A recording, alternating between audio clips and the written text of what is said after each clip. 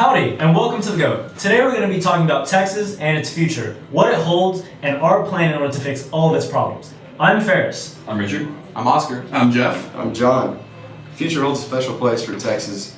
Texas is going to be a major superpower one day, don't y'all think? Yeah, I think it already is. We have a lot to offer. We have large coastal stretch. Rapidly growing cities. Oh yeah.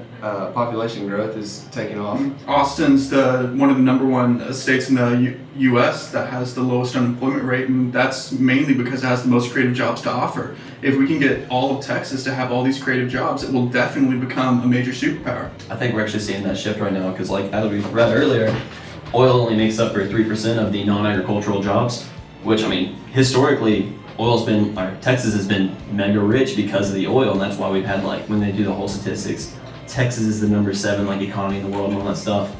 It's mostly because we have all that oil and we're moving away from that and still staying on top. We've also got one of the largest coasts in the U.S. and that really helps with a lot of trade. We got a large port. We got Houston, for example, that's rapidly growing. Texas itself is getting 2,000 people per day, and Houston is getting a large percent of that. Houston's actually getting close to passing up of New York to becoming the most diverse city in the nation. And with all of that, and Texas also becoming very green on its own, it's becoming very green. It's becoming more technology heavy. It used to be so focused on oil, like what Richard was saying, but now it's becoming very technology rich in manufacturing, and all these cities are growing and offering jobs to all these new people. I mean, I was reading that over 50% of Houston, that they're using renewable resources in order to run their city and energy, which that's just phenomenal for a city. I mean, having such a massive population and still being able to make sure that they're still keeping the environment clean is not only helpful for the population that's there and making sure that they're healthy, but also for our environment that we're going to eventually be building into and creating these bigger cities for the larger population. I think that actually says a lot about the future itself right there. 50% of it's renewable resources. We're looking to take care of the state right now, leaving room for growth in the future. Like, we're being responsible at the moment, not putting it off as a problem for later on. Yeah, and also this more greener world, it will open up a lot of jobs. There's going to be less workers in factories, which will decline in jobs, but all these new green-friendly jobs will open up new jobs for workers to obtain. And ever since the stock market crashed back in 2007, 2008, even though a lot of people laid off their jobs, cities like Houston, Dallas-Fort Worth, Austin, San Antonio, they've already regained back the same amount of jobs lost, plus more. So Texas is really making a stride forward to becoming a really powerful state and leading the nation in manufacturing and economy. I mean, the number was what? They lost 100,000 jobs because of the stock market crash, but they've already made over 4 times that amount. Just going into that, just showing that's why they have such a low unemployment rate is because they're creating these jobs, they're putting it out there, and that's why a lot of big businesses are now moving into Texas. You see businesses like Toyota going into Plano, which is a part of Dallas, and all of these corporations are creating even more jobs. It's going to end up becoming a little country in itself. Well, I mean, even like Dell, which has moved to Austin, and Austin's actually beginning to compete with Silicon Valley. It's really growing fast in Silicon Valley, California, which has been running everything in technology and social media for the last decade. So based off all this, what do you guys really think the future holds with all these new people coming here? It's definitely hopeful. There's a lot of factors definitely that are Do you think it's hopeful, or do you think it's going to be a superpower? Definitely a superpower for sure. Why do you guys think it's going to be a superpower though?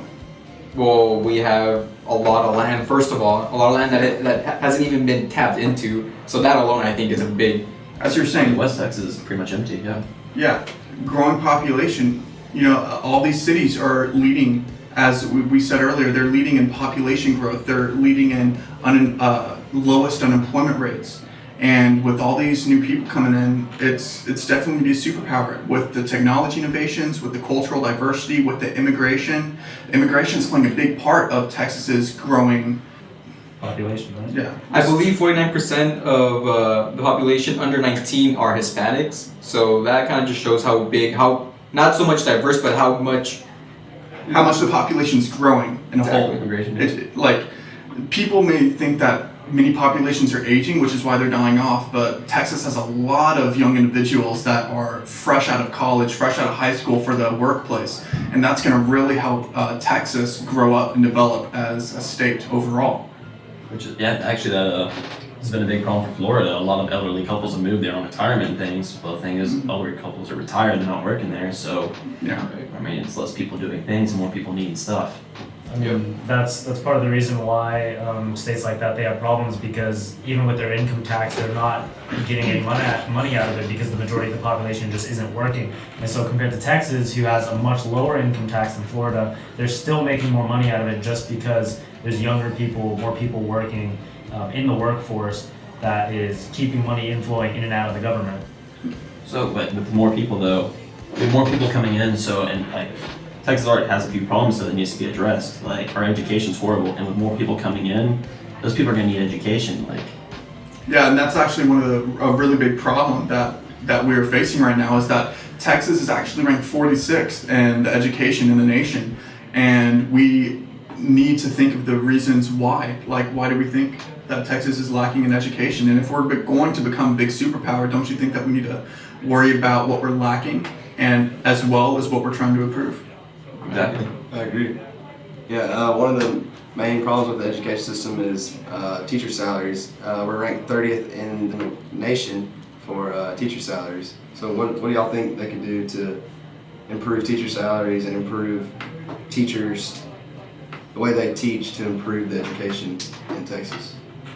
I mean, one thing that I was looking over is that you can raise teacher salaries by moving programs that are funded by taxes that aren't as prevalent right now, moving the money from those taxes into teacher salaries instead of those dead programs, which will have more money to work with in the school districts, keeping teachers more interested in going into an education-like job. Because with really low pay and benefits that are nice but can be worked around just by having a better pay, it's really hard to go into the education field straight out of college whenever you're not really getting much out of it. Yeah, now it'll be even harder than ever with the growing population, because if the population's growing, we're going to need more and better school systems.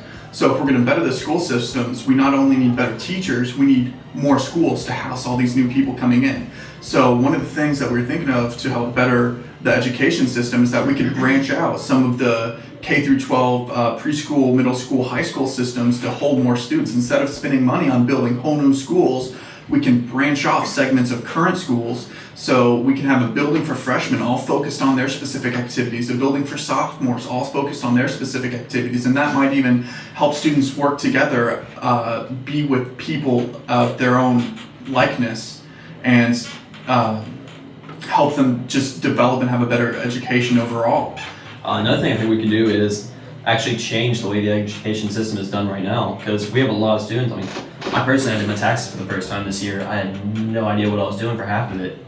I mean, I can see we that. have no idea. Yeah, I can see that. A lot of I can kids see that like right not knowing how to be a grown up, and a lot of kids leave like they leave knowing like stumbling through physics, chemistry, and all that, but like they really don't know physics and chemistry, but they have no And college aspirations. A lot of it's not even on the students, though. It's the teachers. We need Yeah, that's better true. teachers for this to teach the students. You guys know any ways to help give teachers incentive for people to even want to become teachers? Honestly, I think raising the salaries will do a huge thing. Like, honestly, why our doctors are so competitive is you make a lot of money as a doctor when you're up there. I mean, people aren't going to want to work really hard and like do a hard job. I mean, being a teacher is no doubt one of like the hardest jobs you can have. And it takes Definitely, because you have to look over all those students. And if you're getting, Yeah. if this is going to be a huge state, it's already like what, ranked second, third in the largest population in the nation. If it's already growing larger and larger, we're going to need to find a way to get more teachers to teach all these new kids, because as we said earlier, the population's growing. Sure, there might be some older people in declining populations, but in Texas, there's a lot of younger individuals, and we're going to need to give them better education if we want to better the state itself. And I think one of the best things to give teachers incentive to teach these kids is an idea called loan forgiveness for teachers fresh out of college. And what that is for people that are fresh out of college and they want to teach kids, it is an incentive for that if they are if they want to teach a K through 12 system, then the government will take care of their loans, their college loans, so they don't have to worry about it anymore. This will give teachers a lot of incentive to strive at their profession and want to become a teacher. This will help teach the kids of the growing population.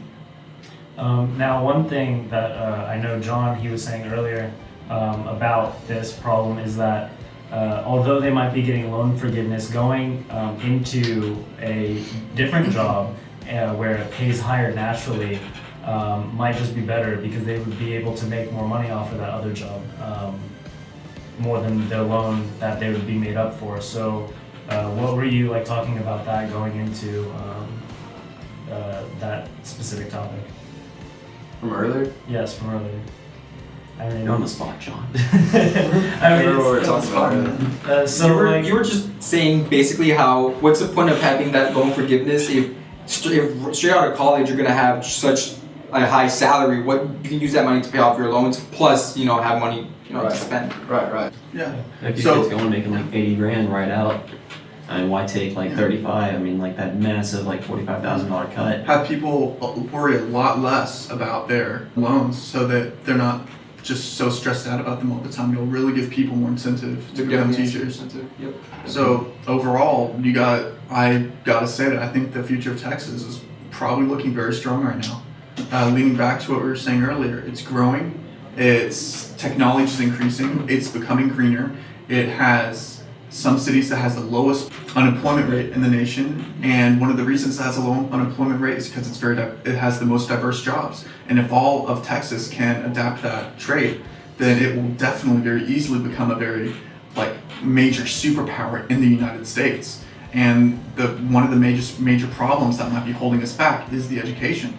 So if we can fix that education by finding better schools, fresher teachers, more young individuals to teach, so that way they can help better the Texas on its own, then it will very easily top many other states and Perhaps maybe even the nation. Sorry. Yeah, I mean, it's on track. Texas. We're definitely on track. Texas is the nation. Hey, you know what they say? Everything is bigger in Texas.